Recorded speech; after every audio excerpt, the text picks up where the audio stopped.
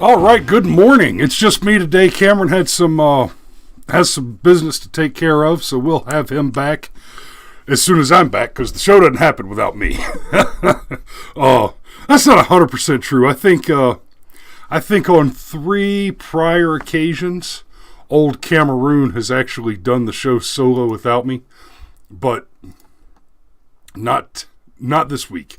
So, man, it looks like, hey, let me know if my guys, let me know if my audio is way blown out, because it looks like I'm blowing way out here. So I'm gonna adjust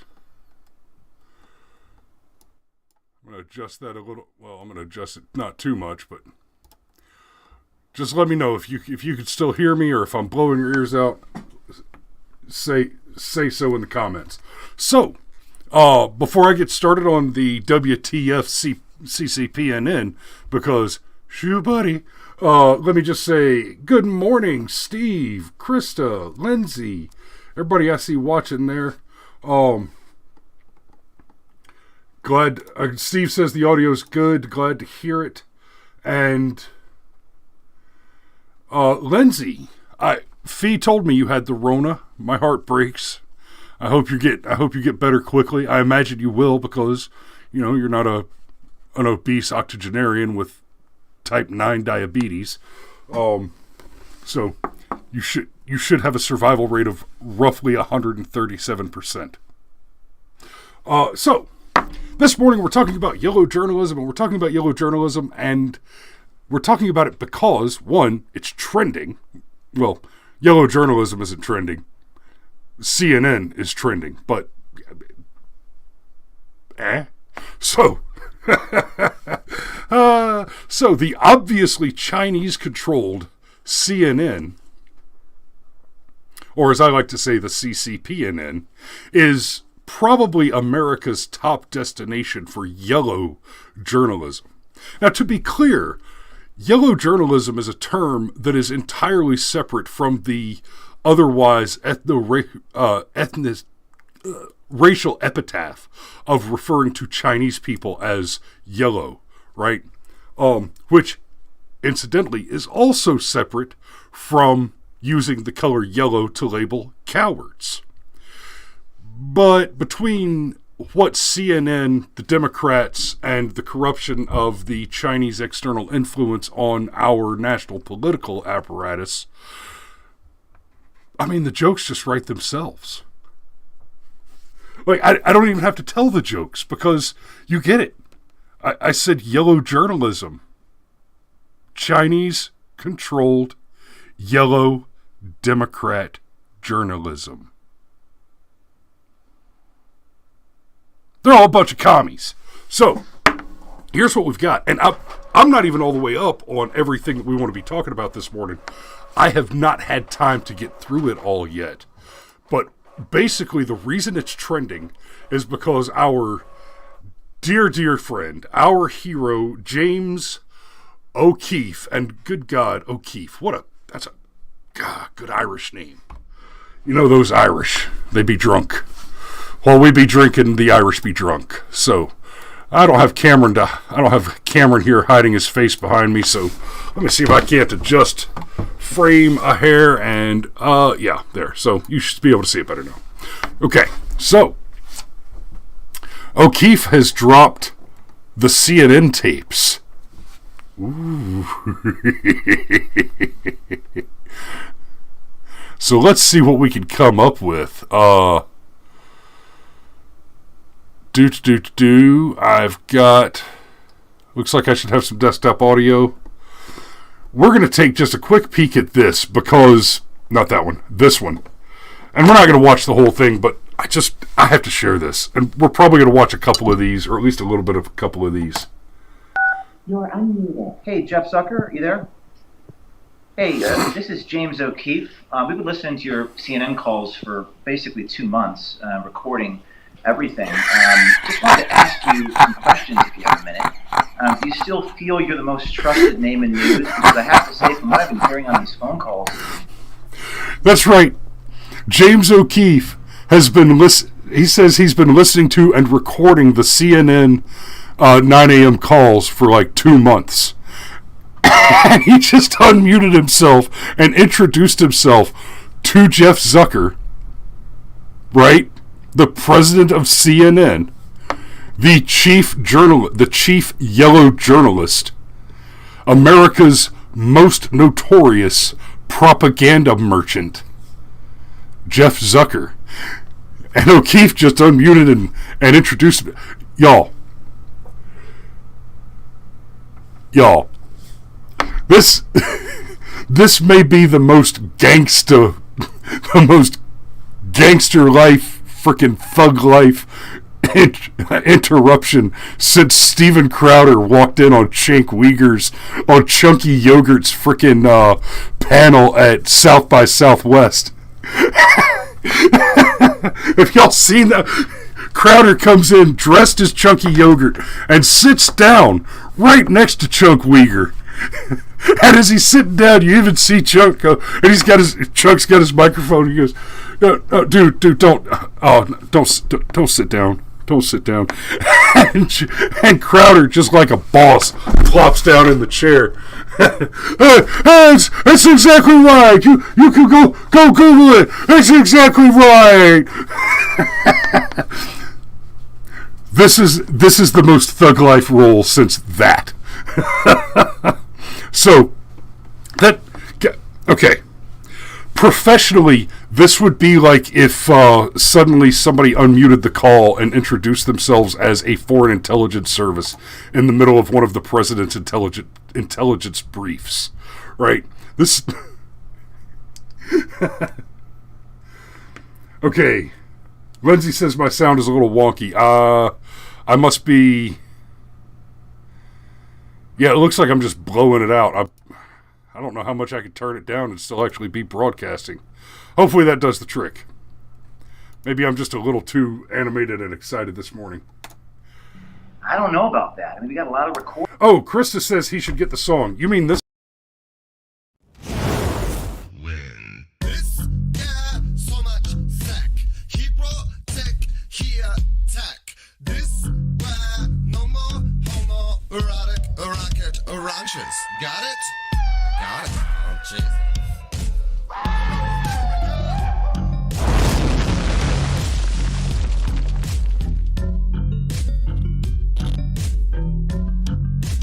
So much wang.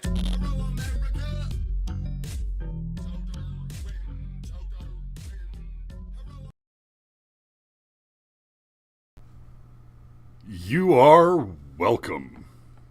And I think I know why the sound is clipping when I'm in article view. I've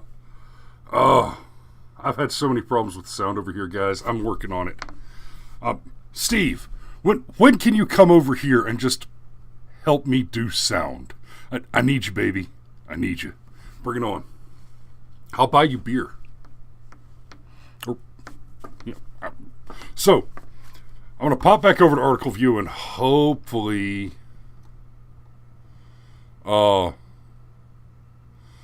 it still works out over here correctly. I'm going to remove this one.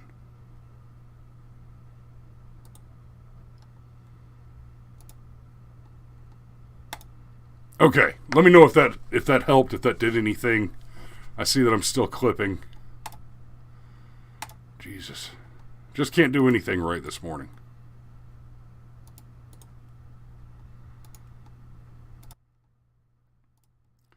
Okay, let me know if that helped. So, I might even be able to bring the microphone closer to me now. I think I found the problem there. Steve says he can come and help with the sound in January, so you guys are just going to have to suffer through Christmas. But hopefully that solved a lot of problems right there. And hopefully I don't have to buy a whole bunch of equipment to make this operate correctly. So anyway, I mean, that's just straight gangster. James O'Keefe breaking in on the 9 a.m. call. And let's watch just a little bit more of this. Recordings that indicate you're not really that independent of a journalist.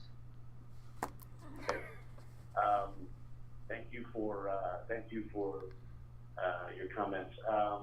So everybody, in light of that, I think what we'll do is we'll set up a new system, and we'll be back with you. We'll do the rest of the call a little bit later. We're going to release those recordings today at 7 o'clock, so stay tuned. It's going to be fun. Thanks, everybody. Have a good day. Yeah, you too. So, you just heard me.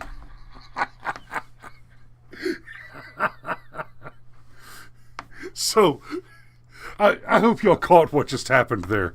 As soon as Zucker realized what was going on, he said, okay, so that's going to be the end of this morning's meeting, and we're going to have to set up a new system, and we'll do the rest of this call later. He just, you could hear his eyes get bigger, right? Because I guarantee you, Jeff Zucker knows who James O'Keefe is. O'Keefe has been an absolute powerhouse on this stuff.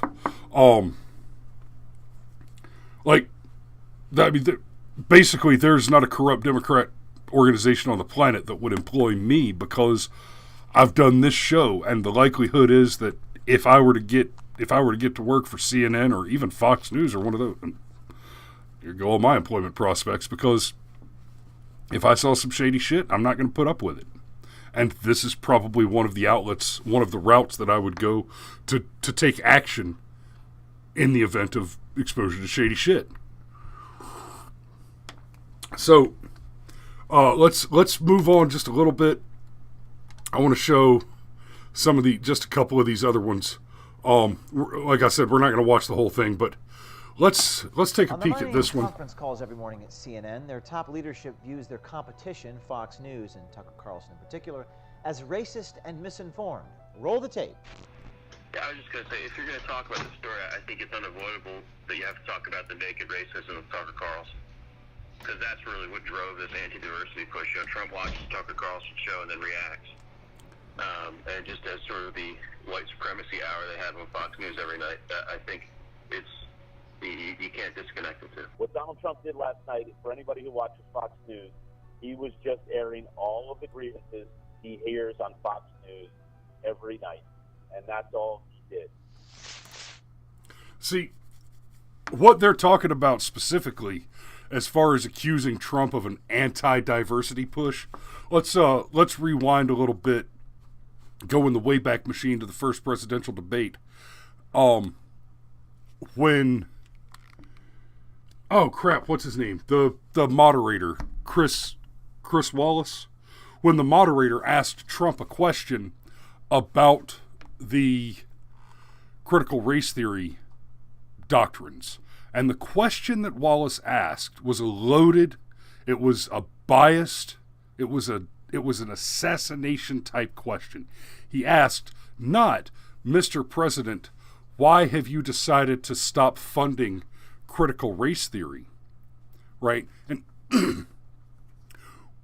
a correct framing of the question, without being overly right-wing biased, would be, Mr. President, why have you chosen to stop wasting federal money on obviously racist, bigoted, and reprisory policies related to critical race theory and the forced indoctrination of that Marxist ideology?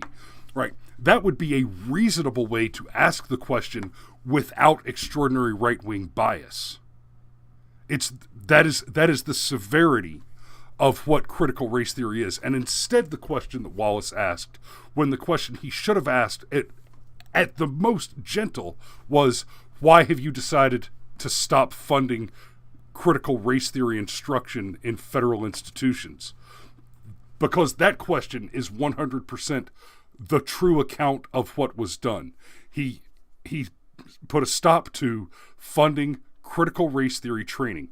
Now, but instead, Wallace asked this question: why have you decided to put an end to racial sensitivity training? Oh, is that what he did? Is that what we call it when we take a group of people based on their sex and gender, white males, and we spend millions of dollars to send them to an island retreat where they are forced by a person who is something other than a white male. And I don't mean that this person happens, no. It is always done by a person who is not white and or not male, precisely because the intent is to attack white males. That's what critical race theory is about. Okay? Critical race theory is, I hate the white genocide, they will not replace us conspiracy junkets. But the fact is that there is a strain of that is true. That's one of the problems with conspiracy theories generally, is there's almost always a thread of truth in the conspiracy theory, and then a lot of what's around it is overblown and undersupplied. But when you're talking about critical race theory, there is a thread of that is directly related to things like the actual white genocide in South Africa that is current and ongoing. Lest we forget. But no, Wallace asked, why did you choose to end racial sensitivity training? The question is a lie. The question is a lie. And that's a clever little trick. That's, when did you stop beating your wife? The question is a lie. Don't answer questions when the question is a lie. Call them a liar. When someone lies, call them a liar. If they get offended when you call them a liar, demand evidence. Don't tolerate it. Let me see what we got. Tucker is a white supremacist hour. Yes, Lindsay. Tucker is a white supremacist. That's modern English for white. That really is all it is. Being white is a sin in America today. Right? It's hard to not be angry at the left. Like, living life angry isn't healthy, but it's absolutely infuriating. Yes, Lindsay. It is hard not to be constantly angry. It is hard not to take that anger to heart and let it cause harm to your health.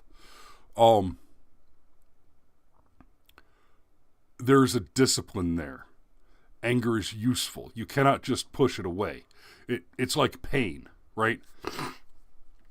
Pain is unpleasant, but pain teaches us that something is not safe or that we are injured, right?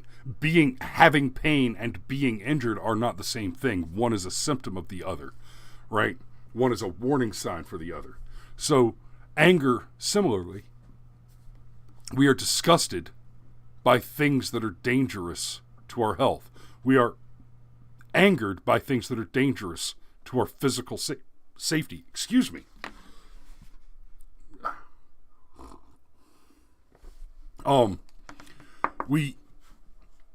We feel emotions for a reason. We feel love because we need to protect children and we need to produce children, right? So there are different types of love, and that emotion inspires or motivates us to take actions which are beneficial to the species at large. Right? Likewise, anger and fear. We don't feel fear because it's irrational. It is not irrational to feel fear. There are fears which are irrational. But at the same time, love, not rational. Anger is dangerous because anger can be irrational without being incorrect. Anger, which has not been rationalized, however, cannot be adequately utilized. You cannot take unrationalized anger. There's a big damn difference between irrational anger and unrationalized anger. Right? We could probably do a whole show on that. Irrational anger would be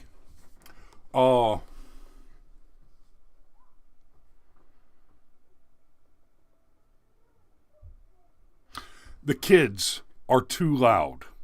They're outside, they're playing, they're way too loud, and it's just aggravating. It's obnoxious, and you're mad about it. And you don't know why. You just know that it's aggravating.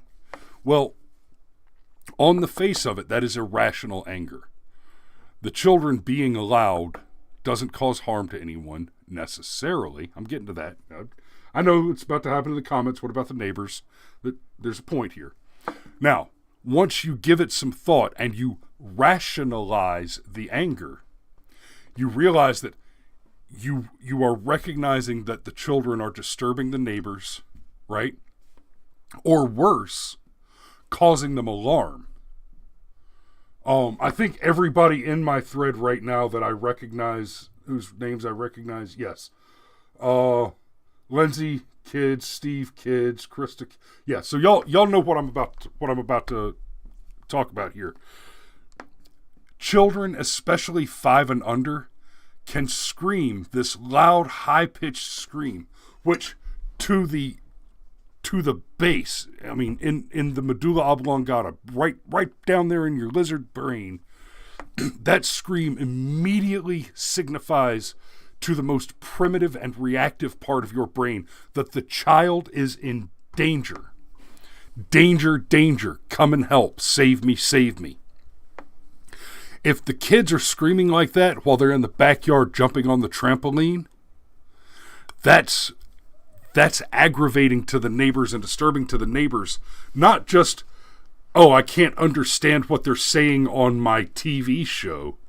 No, that's, oh God, there's a child on fire and I don't know if it's mine or if I need to help her. That's a legitimately rationalized anger. And now it's time to go and do something about it. As the parent, what it's time to do is go and explain to the children, you cannot scream like that. You cannot scream like that unless you are hurt or in danger. And here's why. Right? And that's when you tell them the story about the little boy who cried wolf. Right? Or you tell them the story about the little news network that cried Russia. And how eventually, if you keep lying, people will stop believing you. And when you scream like that, but you are not in pain or hurt or in danger, then even though you don't mean to, you're telling a lie to people. You're conveying false information. And in this case, it's a little different than conveying false information unknowingly. Right, the child doesn't actually understand that they're conveying false information, but they're not consciously conveying information which they believe to be true either. So it's a little different from the difference between being wrong and telling a lie. Like if CNN says that Joe Biden is the president-elect, and they honestly believe that that's the case because there was such a large number of votes fraudulently entered on the night of election that we can't prove that his lead is fraudulent and illegitimate, then, okay, they're mistaken. If it is, however, the case that by law and by the legitimization of the certification process, which doesn't occur until the first week of January, then it is not the case that Joe Biden is the president-elect, and CNN reports that, or uses the term president-elect Biden in their reporting. Now, because it's an obvious fact which is irrefutable, now we know that they're lying. That's the difference between lying and being wrong, right? For example, if I give you a vegetable, if I give you a tomato and I tell you that it's a vegetable, I'm mistaken. If I then chop up that tomato with some bits of cheese and I put it into a bowl and I tell you that this is a fruit salad, now I'm lying. Maliciously and vulgarly. And that should be served with an oil and vinegar drizzle or perhaps a balsamic reduction. A bit of basil, yes, with the tomato and mozzarella goes a very long way.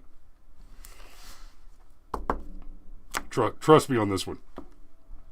But a caprese is not a fruit salad. It's not. It's just not. It's a salad. It's a caprese salad.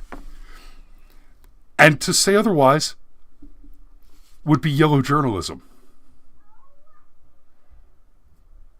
All right.